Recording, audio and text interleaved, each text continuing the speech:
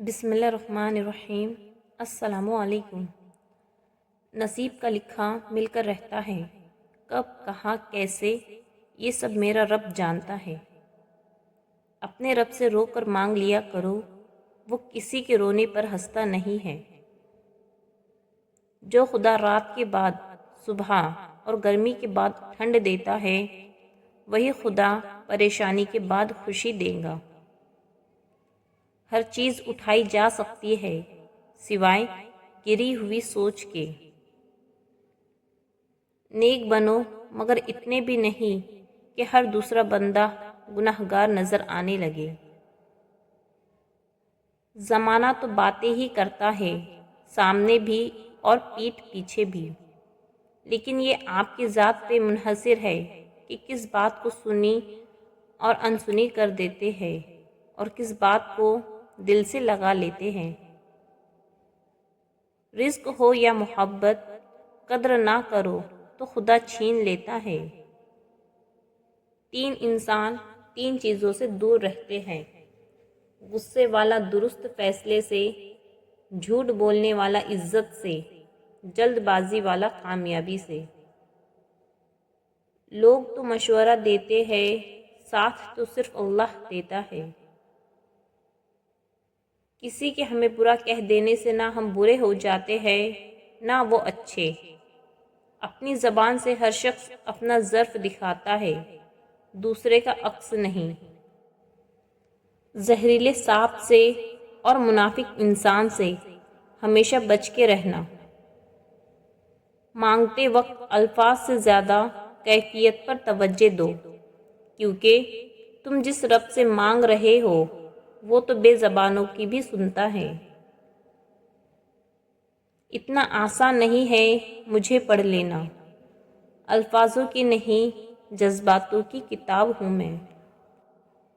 ایک انسان کے آنے کی خبر اس دنیا میں 9 مہینے پہلے ہی ہو جاتی ہے، پر جانے کی خبر 9 سیکنڈ پہلے بھی نہیں پڑتی۔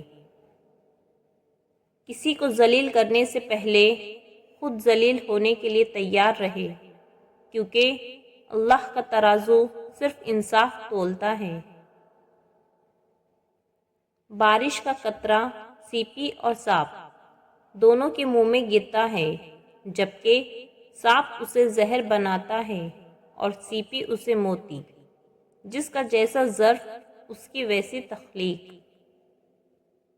رسول اللہ صلی اللہ علیہ وسلم نے فرمایا، لوگوں میں سب سے برا آدمی وہ ہے جو 2 رخوں والا ہے۔ کچھ لوگوں کے پاس جاتا ہے تو اس کا رخ اور ہوتا ہے، اور دوسرے لوگوں کے پاس جاتا ہے اس کا رخ اور ہوتا ہے۔ منافق جب کسی کو گرانا چاہتا ہے تو اس کو دھکا نہیں سہارا دیتا ہے۔ برباد کرنے میں بھی انہی کا ہاتھ ہوتا ہے، گلے لگا کے جو کہتے ہیں ہمیشہ خوش رہو۔ کچھ لوگ زہر اگلنے کے بعد بھی کہتے ہیں کہ میرا مطلب تمہیں تکلیف پہنچانے کا نہیں تھا۔ حضرت علی نے فرمایا، سب سے بڑا جاہل وہ ہے جو ایک پتھر سے 2 دفعہ ٹھوکر کھائے۔ کچھ لوگوں کو عزت راس نہیں آتی، جب تک ان کے جیسے نہ بن جاؤ ان کو سمجھ نہیں آتی۔ اپنی زندگی کو اس درخت کی طرح بناؤ جو تنہا کھڑے ہو کر سورج کی تپش برداشت کرتا ہے، لیکن اپنے دامن میں آنے والے کو سکون بخشتا ہے۔ ڈبل رول کرنے والے انسان آخر میں ایک بھی رول کرنے کے قابل نہیں رہتے۔ افواہیں نفرت کرنے والے بناتے ہیں، احمق پھیلاتے ہیں اور بے وقوف ان پر یقین کرتے ہیں۔ ان تینوں میں کوئی بھی بننے کی کوشش نہ کرے۔ اگر کوئی کسی کے جذبات کے ساتھ کھیل کر خود کو تیز ترین سمجھتا ہے تو وہ تیز ترین نہیں بلکہ گھٹیا ترین انسان ہے۔ ضرورت سے زیادہ اچھا ہونا بھی ضرورت سے زیادہ ذلیل کروا دیتا ہے۔ دل کا بوجھ اللہ کی بارگاہ میں رونے سے ہلکا ہوتا ہے۔ جہاں نہ ماضی کا طعنہ ملتا ہے اور نہ ہی مستقبل کا خوف، صرف کرم کی چادر سے ڈھانپ دیا جاتا ہے۔ بس ایک سجدہ اور نم آنکھیں، دل سکون سے لبریز ہو جائیں گا۔ اور مجھے اب محسوس ہوا کہ زندگی اداسی سے بہت آگے کی چیز ہے۔ جو چھوڑ جائے اسے چھوڑ دے۔ جو لوگ آپ کے الفاظ میں چھپی آپ کی اذیت نہ سمجھ سکے تو پھر خاموش ہو جانا چاہیے۔ بس جو جیسا ہے اسے ویسا رہنے دے، اچھے وقت کا انتظار کرے۔ بس فکر کرے تو اس بات کی کہ آپ کا رب آپ سے راضی ہے یا نہیں۔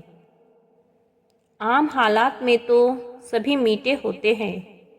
ہمارے اندر کے زہر کو پرکھنے کا پیمانہ دباؤ اور طیش ہی تو ہے، اور انہی چند لمحوں میں کچھ بت ایسے ٹوٹتے ہیں کہ جڑ نہیں پاتے۔